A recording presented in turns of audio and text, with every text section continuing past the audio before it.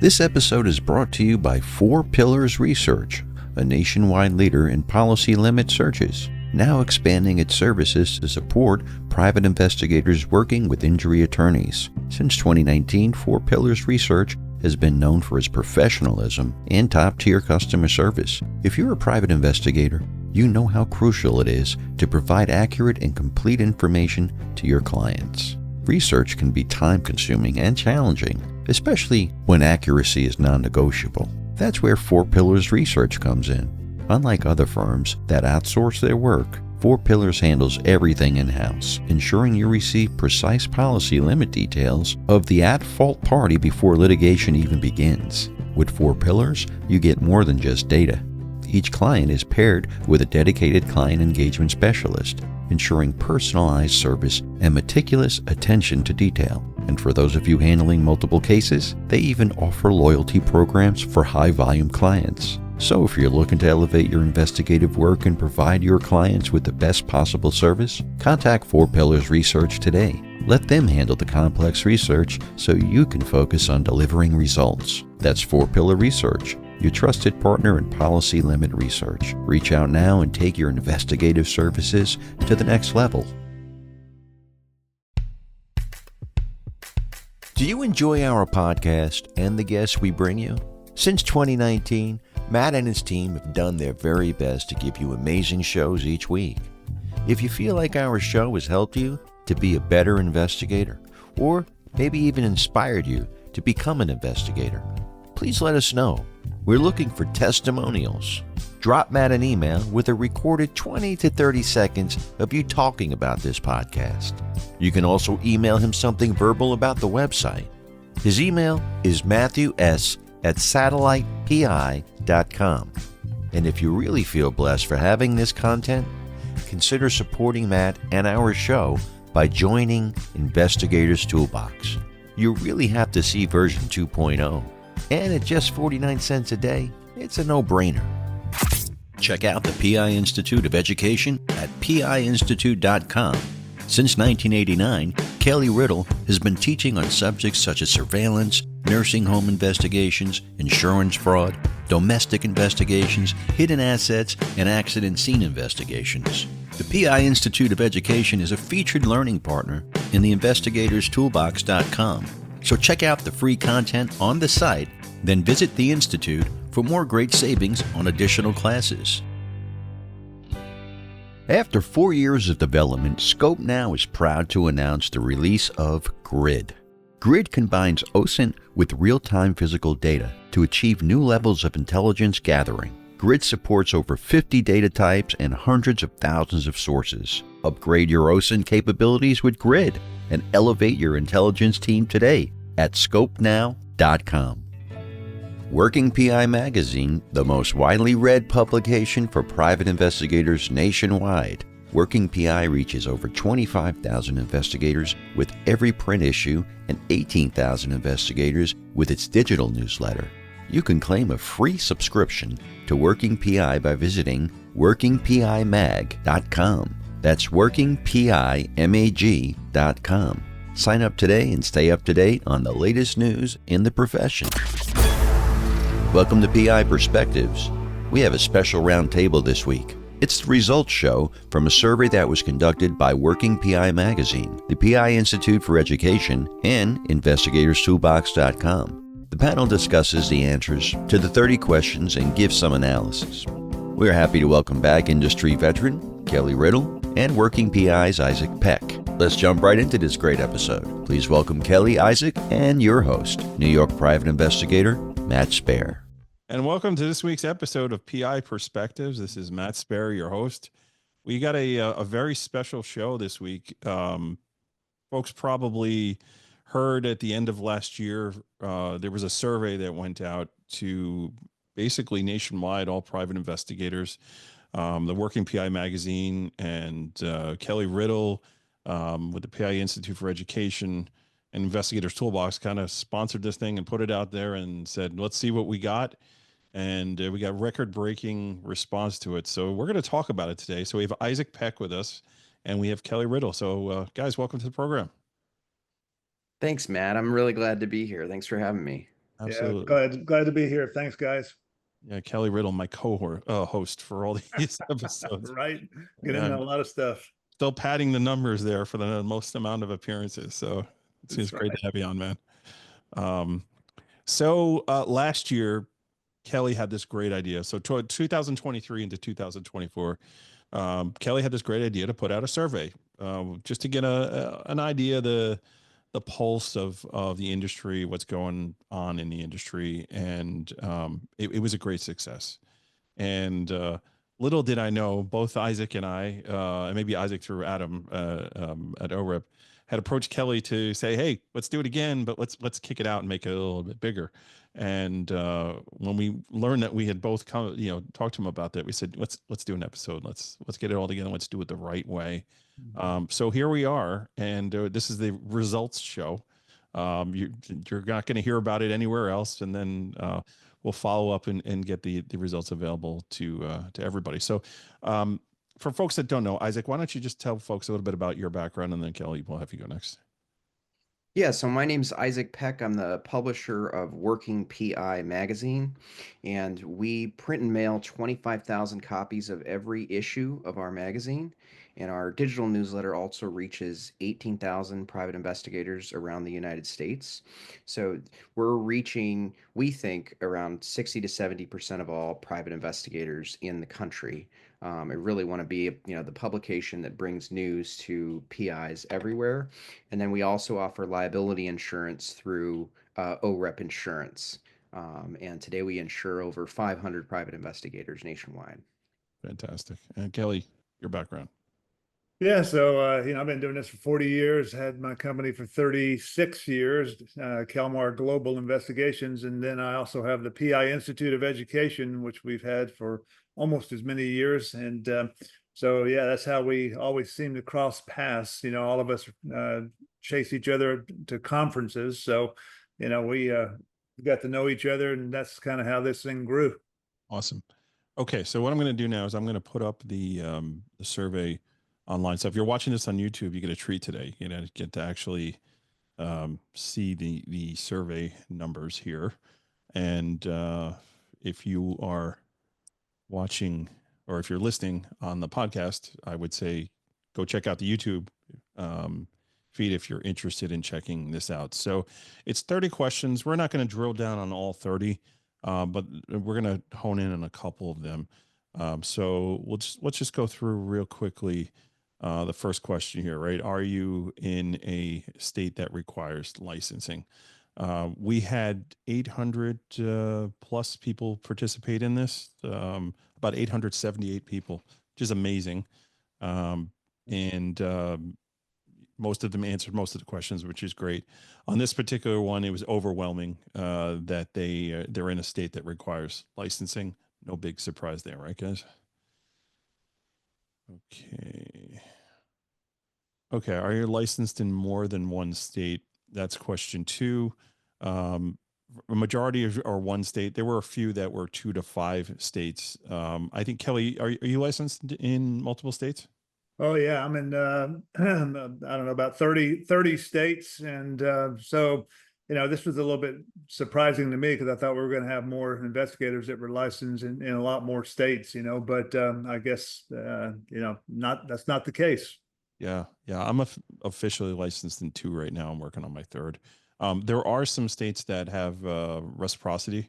So I know some folks get around it that way, but yeah, the multi-state thing is important, especially if you're doing work in your bordering states. You want to make sure that you're covered on that area. Okay, so next question, question 3. Do you operate in a state that requires continuing education? So overwhelmingly, the NA response was given 478. That's 54%. Said it was not applicable. Next, we've got 5 to 10 continuing education credits, 102, and 11 to 20 continuing education credits. That was the second biggest, 240 at 27%. So I know, Kelly, you are in a state that requires continuing education, right?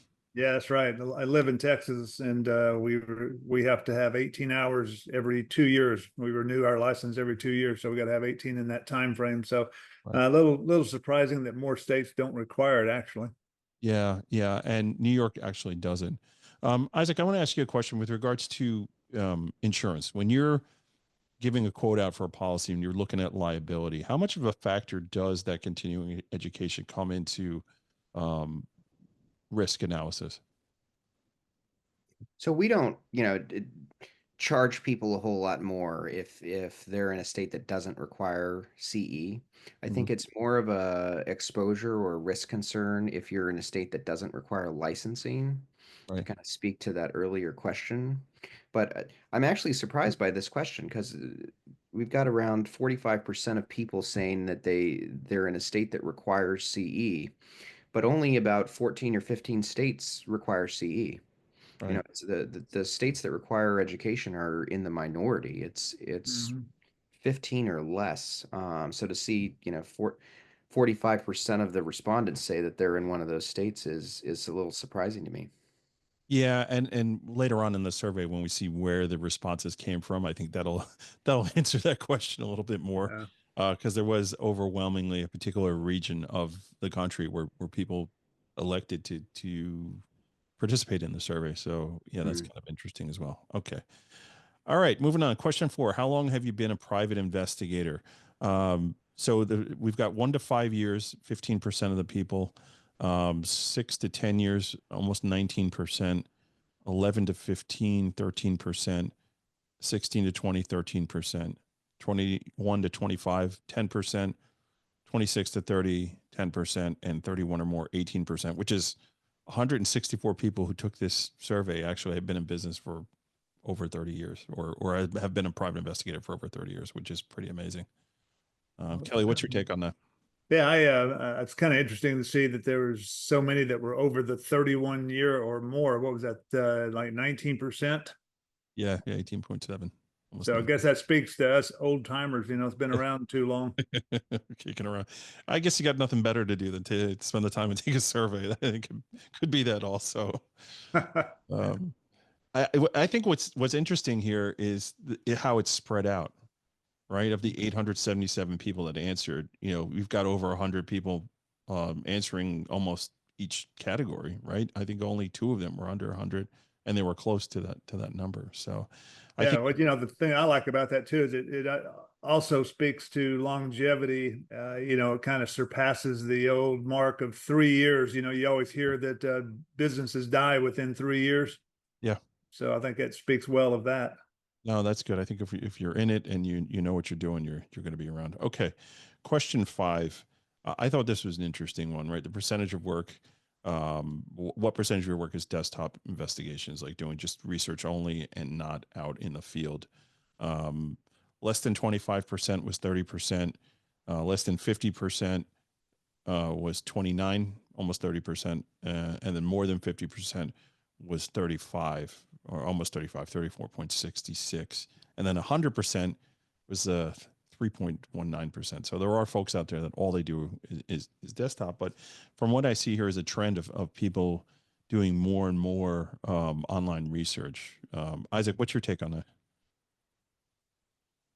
I think it's really interesting, right? The a lot of people have a view of PIs that's, they're always out in the field or they're doing surveillance. And so to see that, you know, a significant chunk of PIs are doing, you know, desktop investigation, digital type investigations where they're, sitting at a computer for most of the time, I think is this question and the question after it, I think is really interesting in terms of where PIs are focusing on their services. Do you see on the magazine Working PI that when you're looking for articles or things to write about or accept written response about, do you see that shift in the trend to more on the tech side with database related type articles? Yeah, like the move towards OSINT, right? And digital investigations, and then even, I mean, watching kind of PIs niche down even further into crypto related investigations. I think over the last 5 years, especially, right, you've seen much more specializations and a lot of business opportunities coming out of that. Yeah, definitely, for sure. Okay, well, then it tags on here with number 6 here. What percentage are field investigations? Less than 25%, 19%, less than 50%, 26.68%, and more than 50%, 46.86. And interesting enough, 100% field investigations is around that 3% number. So 3% of us won't touch a computer, and 3% of us are only on the computer. So very interesting that those numbers lined up that way. Okay, so staying on the tech side of things, the question was, do you use Chat GPT or another type of AI to write reports or do research? I thought this was interesting. Obviously, yes or no answer. 21%, which equated to 184 people, responded yes, and 78.9, almost 79% said no. That's 691 people. Kelly, what's your take on that? Yeah, I think it's too early, for people to jump on board yet. It's just a lot of people know about AI and everything else, but I don't think they're on board with it yet. So I think that number is going to go up quite a bit, over the next year or two. And one of my guys got injured. His right hand got injured for a couple of months, and so he was doing AI before AI was really popular. So, but I think you're going to see a dramatic increase in that number. Yeah, I think if we were to run the survey next year, or when we run it next year, I think that number is going to change too. I think the more and more people start talking about them in conferences or doing articles in the trade magazines about it, the more people are saying, okay, I got to start using this thing, or at least I got to look into it and see if it's something that I can implement. I know in my business, my team, more and more we've been using it, especially on the research side, which I think is cool. Okay, so next question, question 8: do you use an online case management system? I was surprised by the answer to this. To be honest with you, I thought there would be more that said yes. So the answer here is 281 of the 873 that answered, which is 32%, said yes, and then 592 of the 873 said no, which is almost 68%. Isaac, what do you how do you feel about the case management stuff, and again, from an insurance perspective, approaching that? I think you definitely see more, more sophisticated solutions, right? Like software and case management with larger PI firms, right? Folks that are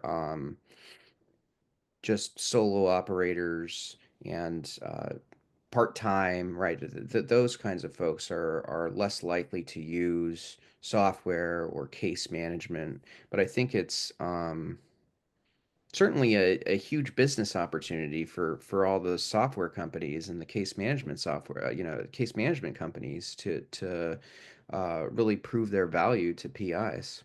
Yeah. Um, I do think it is a little risky, right? To be a full-time PI running a serious business and not have, an organized way to track your cases. So, yeah, Yeah.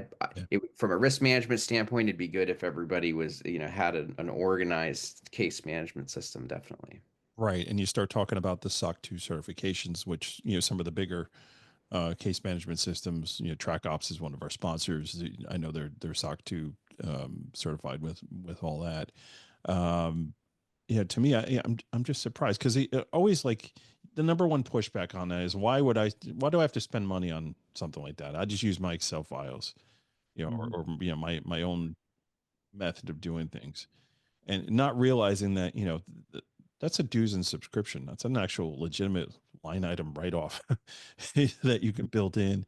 And even when you're generating your invoices, tacking on a little extra admin charge to cover those costs and things like that, to me, it's a no-brainer. I don't understand why folks don't do it, although I was one of those people for almost 15 years that didn't. But as soon as I started, I was like, oof, no-brainer. I know. I think that also kind of speaks to the type of cases, because one of the questions later on talks about types of cases that people work, and I think that that's going to have a bearing on this as well. But to both of y'all's points, I think it's a little short-sighted to not use it, because one of my guys stopped for breakfast one day, got his vehicle broken into, and there was a file in it, paper file. So there's a lot of reasons why you don't want to do old school on that. Yeah. So the next question here is, how many cases do you typically work per month? I found this one to be interesting too. And I think you have to take the answer with a grain of salt, depending on the type of investigative work you're doing. Sometimes the files are like, it's a big, long case, like you could be working on the same case for months, and that would count as just one, right? Interesting answers here. We've got 441 people of the 874 who answered or responded, 1 to 10, which is almost half the people that took the survey are working on less than 10 cases a month. 11 to 20 would be 25%, or 224 people. 21 to 30 would be 9.73%, or 85 people. 31 to 40, 4.69, 41%. 41 to 50, about 2.29%, which is 20 people. And then 51 or more would be 7.21%, which is 63 people who answered of the 874. Yeah, I mean, Kelly, what do you think? What's your take on this? I think, next time we do this survey, we probably should rank the questions a little bit differently, because, later on, essentially, it says most people do criminal cases. So if you know that aspect of it, then you understand this a little bit better, because, court-appointed cases and everything else, you can't do many more than 10, so I think that has a bearing on it, Yeah. Shame on us. We'll tweak it next year, people. Apologies. Yeah, I mean, it is interesting because if you're doing process serving, you're probably doing a higher volume, right? In and out the door, you're done. Go to get a police report and do nothing else. That's one and done real quick. I know, like my office internally, we could get 25 cases a day, right? But they're quick cases. They're open and shut. Some of them are longer than others, but it really depends on what you're doing, right? Okay, so the next question here: are you the owner of the PI company you work for? 91%, 805 of the 877 said yes. So we're definitely speaking to owners as opposed to workers here. So yeah, nothing really to talk about there. That kind of makes sense. And then the support staff question, right? How many support staff, non-licensed PIs work in your company? So 481 people responded 0. 298, which is about 34%, said 1 to 3. 59, which is 6.74%, said 4 to 7. 19, which is 2.17%, said 8 to 15, and then also 19 said 16 or more. So I would say majority, right, are smaller shops. Yeah, people that answered here. And then we've got the bigger number would be 1 to 3. So still, to me, this says that investigation company, for the most part, is a one-man band, essentially, with maybe some support staff. But you're not seeing a bigger staff. And there's pluses and minuses to having bigger and smaller, right? Yeah, it probably means they're also doing their own research, their own, paying their own bills, the whole gamut of stuff. So, many hats that they're having to wear. Yeah, for sure. Isaac, the investigators that you service through the insurance, would you say they're bigger type companies, or you're seeing the smaller type companies as well? Yeah, I mean, I think the numbers here, basically 11%, well, 11% of PI firms have 3 or more or 4 or more support staff, right? So the vast majority either don't have support staff or only have a couple support staff. So I think that's pretty indicative of what we see, at OREP Insurance. The majority of PIs are one-man operators. And then there are some really, larger, sophisticated firms, right, that have 50 or 100 staff. And so it can vary very widely. Yeah, and that pushes us into the next question with regards to a sales team. This is something that I was always interested in, because that's, where I am in my life, right? I'm trying to grow my company, and do I hire a person just to do sales for me, or am I doing it myself? So this was a question we had thrown out. 875 people responded. 51 people responded yes, which is 5.83%, that they have a dedicated sales team, but the majority of people don't, right? 66.17.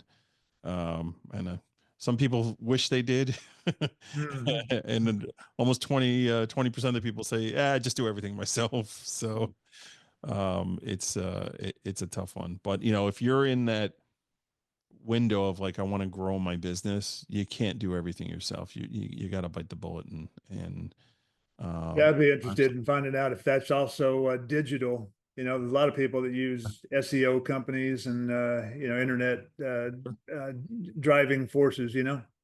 So definitely, definitely.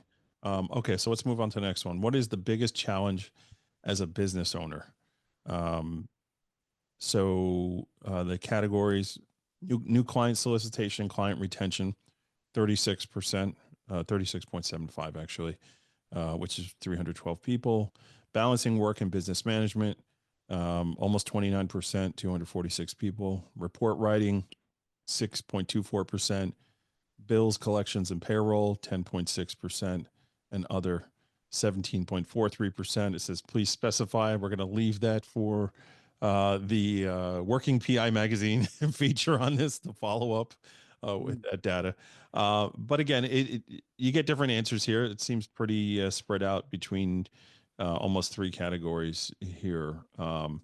And it looks like, that new client solicitation, which we had just talked about, like that is a challenge. And Kelly said there are different ways to do it, right? SEO, or having a live body to actually do all that stuff. All right, let's move along here. Education. What level of education? High school, associates, bachelor's, master degrees. Looks like a majority have at least their bachelor's. And again, it's always an interesting thing to see, like who's what level of education does the industry have. But it looks pretty straightforward that you go to college, you come out and you do this. So okay, let's move on to the next one. Yearly level of income from your PI employment. This one was interesting too, because it gives you a sense of the folks that are maybe doing this part time as opposed to the folks that are doing it full time. 243 people answered under $50,000, which is almost 29%. 51 to $75,000, 20.31%. 76 to 100,000, 14.20%. 101 to 125,000, but 10.8%. 126 to 150,000, 7.16, and 151 or more, 19.0%. So you're looking at almost half of the survey takers, almost about 400 people, are either under 500,000 or over 151,000, which I thought was pretty interesting. yeah, maybe a lot of the guys that retire from New York and run down to Florida or something. So they're doing it part time. Yeah, but you're picking on New York. Shame on you. It's not like it's the cold here is enough suffering, Bunny. Okay. That's it, man. Got to go where the sun shines. Yeah. Isaac, from an insurance perspective on that, the policies that you're writing, what are you seeing on your end as far as the cash flow of the businesses that you are insuring? We see plenty of private investigators that are, running a small operation, whether that's, because it's part-time or, um, whatever reason. Right. Plenty of them are, that 30% are doing less than 50K. Right. I'd say we see that. But, to see over half of them making over 75K, I think it points to a healthy profession. Definitely. So question 16 here, Kelly had alluded to this earlier about the specialized categories. 20% do criminal, almost 11% do insurance, 16.57% do legal attorney, 6.9% do domestic, 5.7% do corporate, 21% said none of your business, and 18.0% said other. So yeah, I mean, again, the trend's pretty much all over the place here, with criminal leading the way and legal attorney coming in second there. And there are benefits to each, right? So I think, and Kelly, correct me if I'm wrong, I think there's probably more money in criminal, like billable hours. You can really drill down. Gets a little challenging because who's paying the bill at times. I know, like when I do white collar stuff here in New York, like the invoices are amazing. I mean, they're just Yeah. big money. Yeah, that's true, as long as you're not doing court appointed cases, because they typically have a lower hourly rate and have a cap on it, But you're right, if you get somebody that's really been jacked up, their defense is going to have to spend a lot of money. Yeah, and I think like the legal attorney vertical, that's one that I've always specialized in. It's just that repeat business, right? If you Yeah. establish a rapport with a law firm, they're going to continue to give you business over and over and over again. Whereas the criminal one, you get that big hit when there's a big case, but there's not a big case every day unless you're known as like the company that handles that stuff, the specialist, the expert. There's no day-to-day guarantee. Whereas I think on the legal attorney side, pretty much if you have a big enough roster of attorneys you do business with, you're getting new business every day. Yeah, agree. Okay, so question 17, bill by the hour, by the job. 481 people answered hourly. That's almost 55%. And 40%, which was 343 people, said they do both hourly and by the job. So a smaller amount does a 5.49% by the job. And only 3 people said they got paid a contingency fee, which to me is, I know in New York we can't do that. So I'd be curious to know what states they allow contingency fees to operate. Yeah, exactly. I agree with that. That's a tough one to try to get your money out of. Sure. Okay. So, do you charge a client an hourly rate of? Okay. So this is an interesting question. Let's unpack this one, right? So 49% said unknown. So again, none of your business. Yeah. 49 people. So 118 people said $50 to $75 per hour, which equates to about 13.72%. $76 to $100 an hour would be 25.81%, 222 people. 101 to $125 an hour, 20% of the people said that. It's 173. 126 to 150 would be 16.51%, 142 people. $151 to $200 an hour, that was 11.51%, almost 100 people. And over 200, 6.63%, which would be 57 people. And again, I think this comes down to region. There's certain cities where, a billable is easier to accommodate a billable hour than other cities or other regions, and the type of work too that you're doing. Yeah, I think some of it also has to do with what type of business you're trying to run, because like we try not to nickel and dime the client, so we don't charge them for every little thing, but we also increase our hourly rate to compensate for that.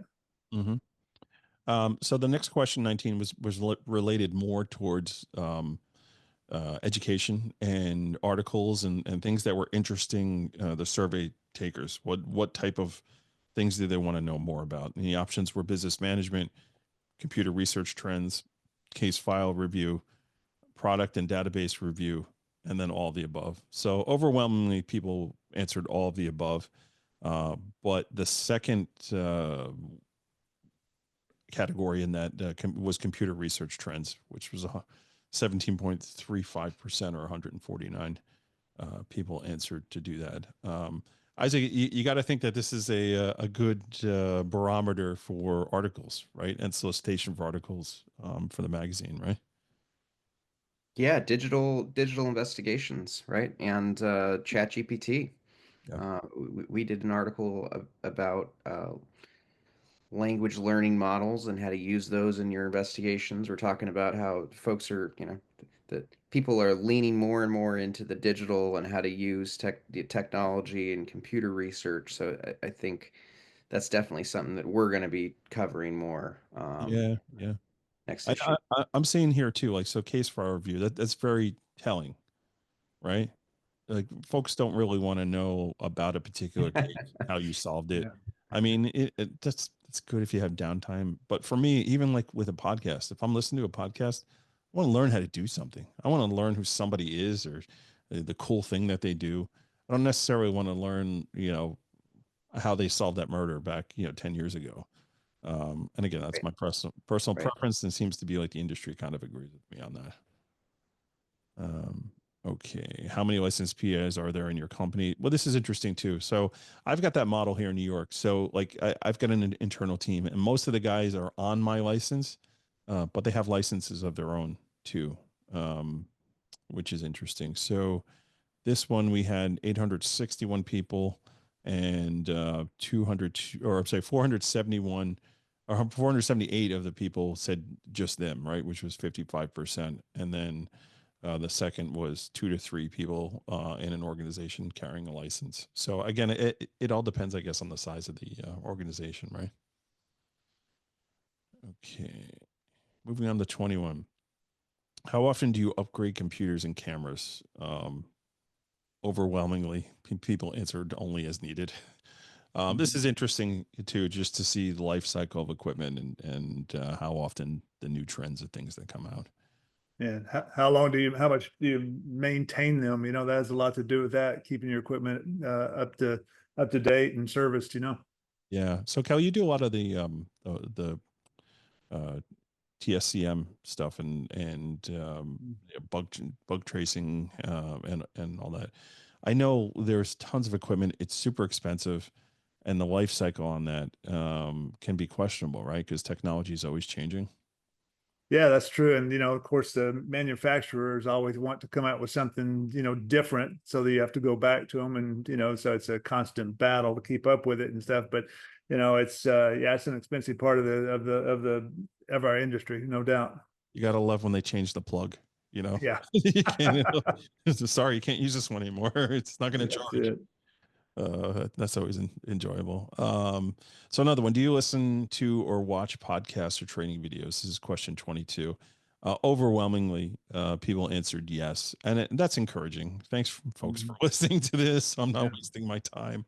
Or Kelly, or Isaac, with the passion to put out a magazine that covers, training, and it seems like the folks that do this in our industry want to get better at that. What are you taking away from this, Isaac? I love to see that. There's so many great podcasts and educational providers in the space, right? Like John Morris, the PI guy on Yeah, YouTube. sounds great. So many really interesting and educational training videos, to your point. Kelly, what have you seen with the PI Institute of Education over the years? You've had that for a few years now, right? Yeah, decades actually. And so, but I didn't want to you're say right. that. I don't want to make you sound old. I know, right? Exactly. Unfortunately, it's the truth. So, but yeah, you're right. I mean, I'm seeing that there's definitely a trend into the digital high tech arena. So we're trying to get more of that on our, school as well. Yeah, and I think that as the ability to give those credits, right? Going back to a question earlier, do you require CE credits? The ability for folks to actually consume something online and receive those credits, I think is one of the moving forces for that kind of coming back in, and Mhm. the acceptance after post COVID of things moving online at a much easier rate of doing things, I think is helping to push that. So having that Institute for Education, if you're a listener and you haven't checked out that site, please go check that site out. There's tons of great content on there. If you're an Investigators Toolbox member, there's some free classes in the toolbox, and then there's discounts to consume other classes. And it's all nuts and bolts of how to do this job, right? How to get better at this job. So I encourage folks to go check that out. Um, we are in the final stretch here, and this is where it gets interesting, and this is where we're going to kind of spotlight Isaac a little bit. So, do you currently carry E&O insurance for your private investigation firm? So E&O errors and omissions.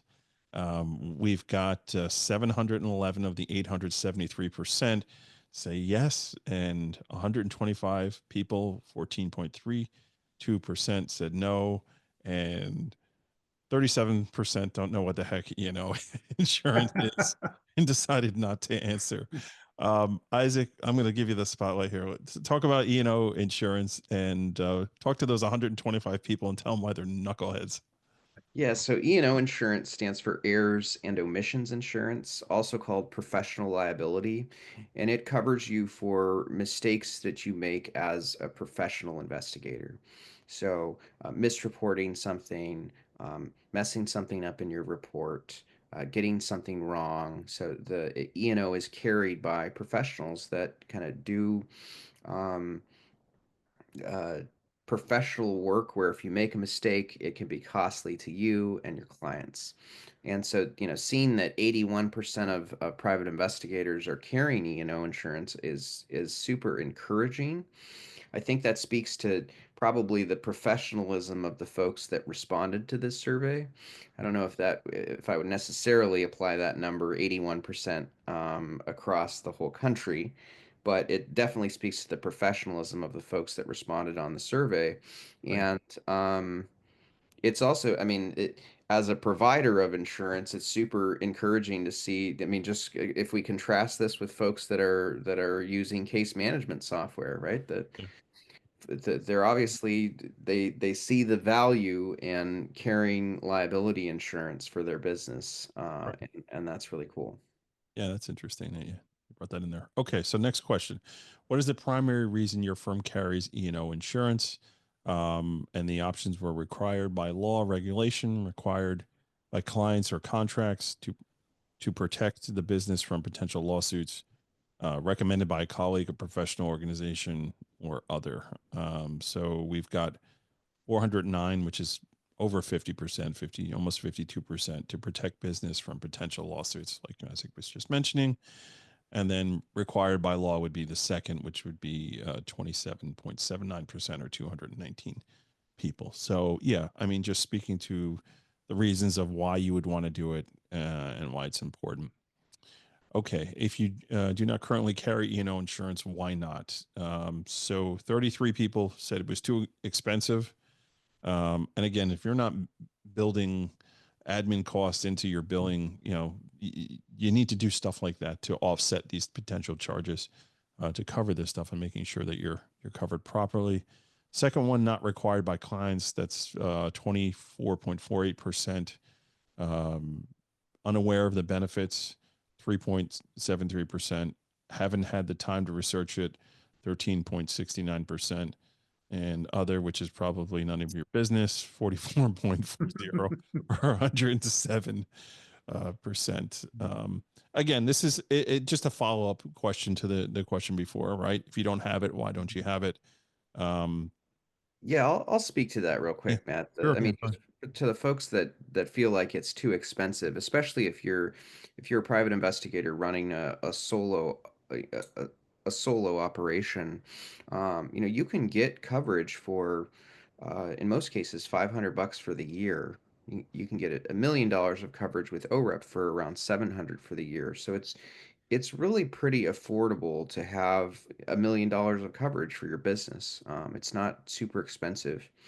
And then, I mean, in terms of the benefits, we do a lot of reporting in working PI in terms of, even if you do nothing wrong as a private investigator, you can still wind up uh, in a lawsuit. yeah, And so even if you're perfect 100% of the time, having that protection is really valuable, but also it kind of elevate your professionalism in terms of when you're marketing yourself to potential clients, you can say, I'm licensed and insured, and that can help you grow your business as well.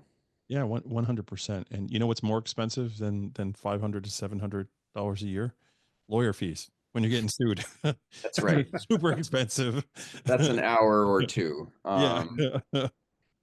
much more expensive. So it's better to, and that $500 to $700, that's a write-off, it's part of your business operations, right? You should be incorporating that into your administrative side of your business.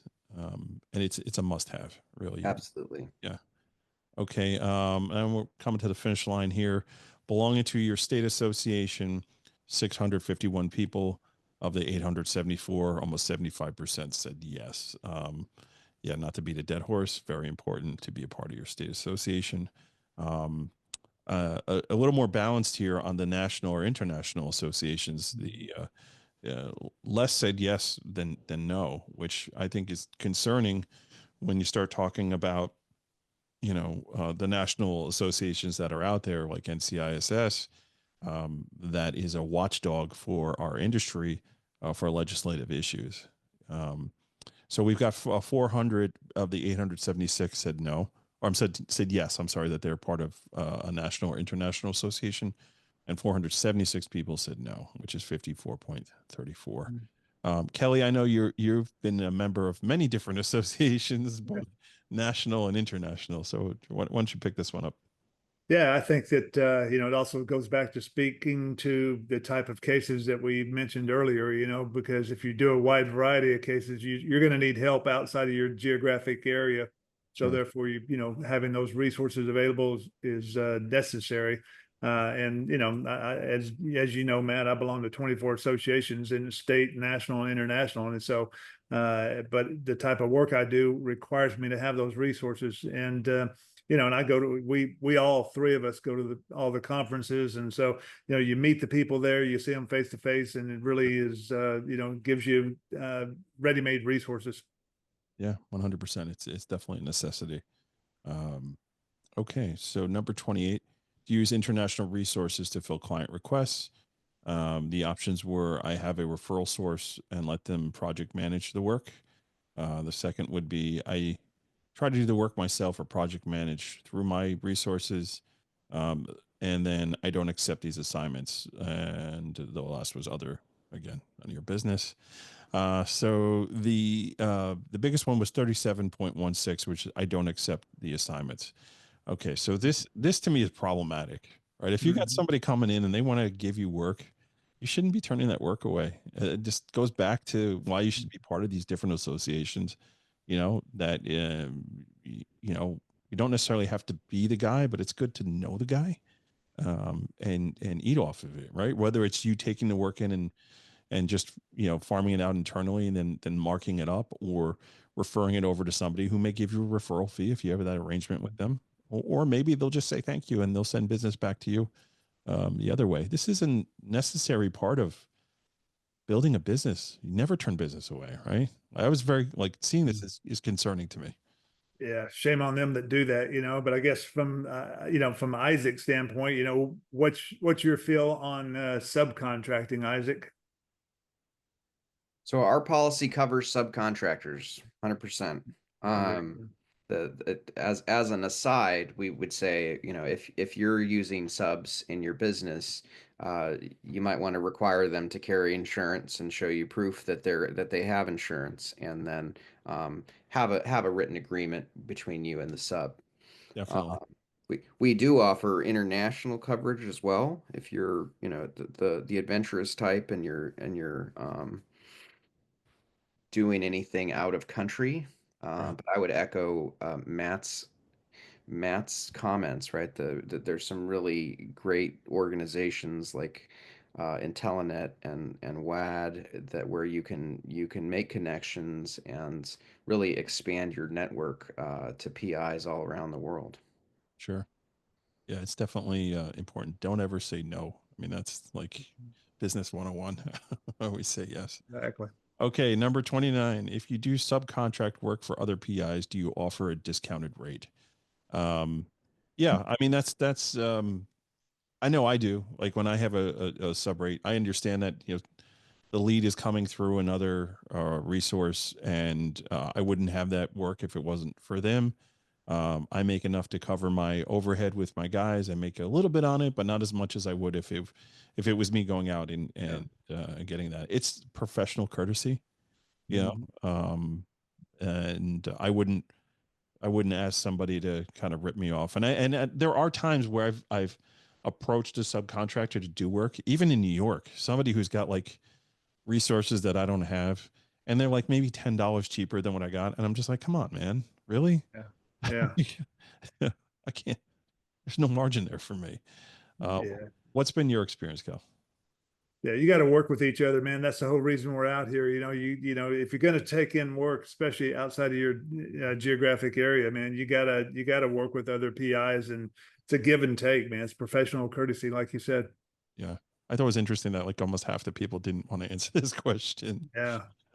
So it's not like we know who they are and who's answering, but like, oh, don't work with this guy. He doesn't give the discounts. Apparently, that's how they feel. Okay, so I had alluded to this question. This is the last question on the survey too, as to where the folks taking the survey were located.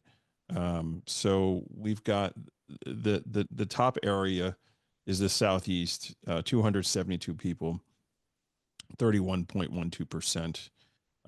Second would be the Southwest, 20.59% or 180 people. Third would be Northeast, 16.36%, and that's 143. And then we've got the Northwest, 9.38%, North Central, 7.89%, South Central, 7.2%, and other 7.44%. So a good balance, I think, of the country, but definitely folks down in Florida, I guess, had more to do or less to do, more willing to take a survey. I think the Southwest, the Kelly Riddle bump, his influence in people. Absolutely, man. You know, number two. sitting out on the beach with your laptop, man. All right, Kelly constantly hitting you over the head saying, "Take the survey."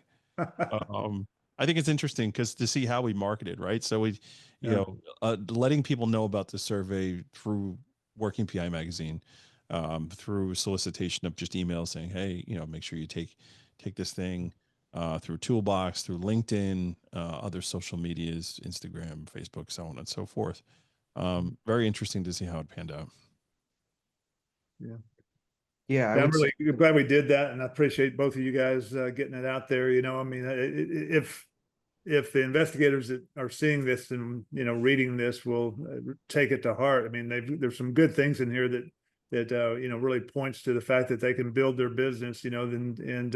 So I think it's a useful tool. Yeah. How about you, Ozzy? yeah, we were really happy to be involved in this, and I think to Kelly's point, right, that it hopefully can be a valuable resource for private investigators as they want to learn about what their peers are doing, how other folks are running their businesses, the size of a PI business, the tools that are being used, all those things, right? It's um, really informative, I think, about what's going on in the space, and um, it'll be interesting to see how that changes. Yeah. To your point about doing a survey next year and the year after, right? We'll get to see kind of what is changing as we go from year to year. Yeah, I think so, man. And I think the um, folks this year remembered the one from last year and were like, "Oh yeah, I want to be a part of that. I want to do it again." And we almost tripled the numbers of people that participated, which I think is awesome. And we'll continue to push the envelope again.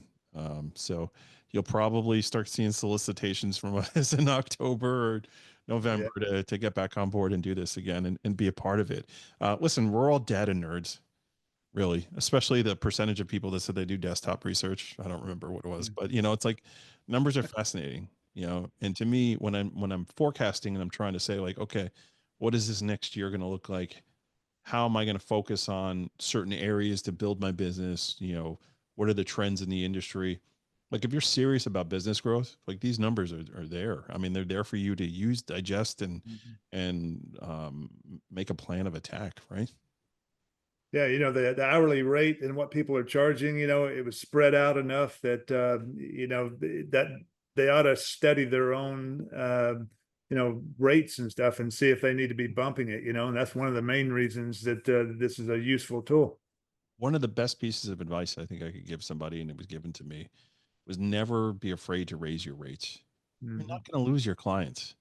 That's right. You know, you've built a rapport, you've built relationship with them. They understand.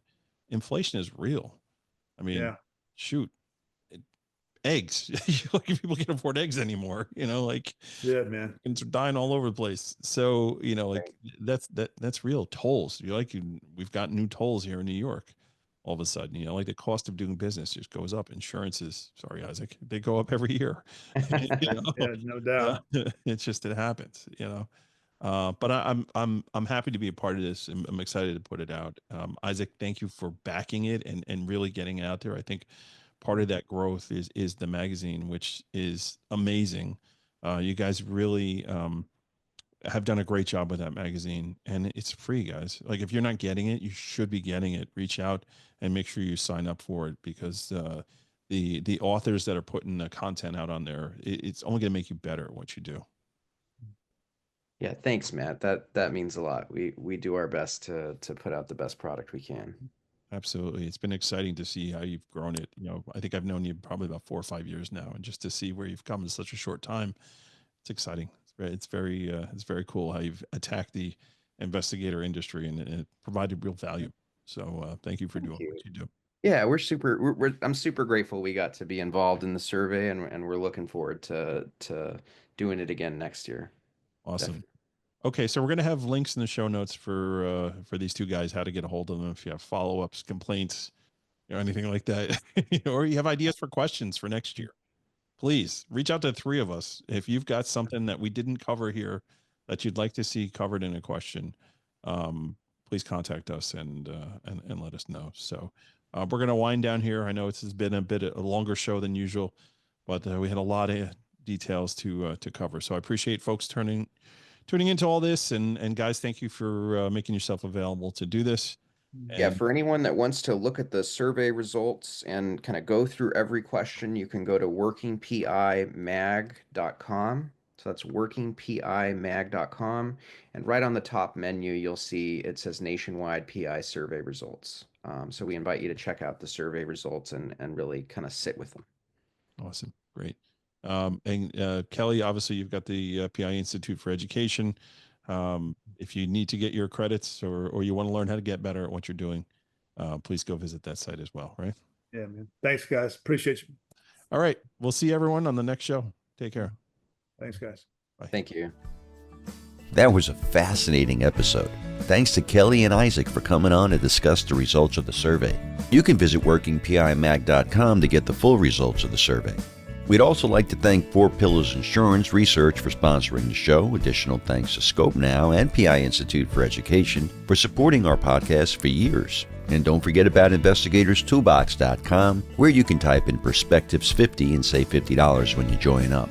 And please follow Matt at Satellite Investigations on LinkedIn. If you have a question or a comment about the show, email Matt at matthews@satellitepi.com. You can also find him on LinkedIn, Instagram, and Facebook. We'd like your feedback to bring you the best shows possible, and we'll be back next week with a new show. So make sure you tune in. Stay safe out there.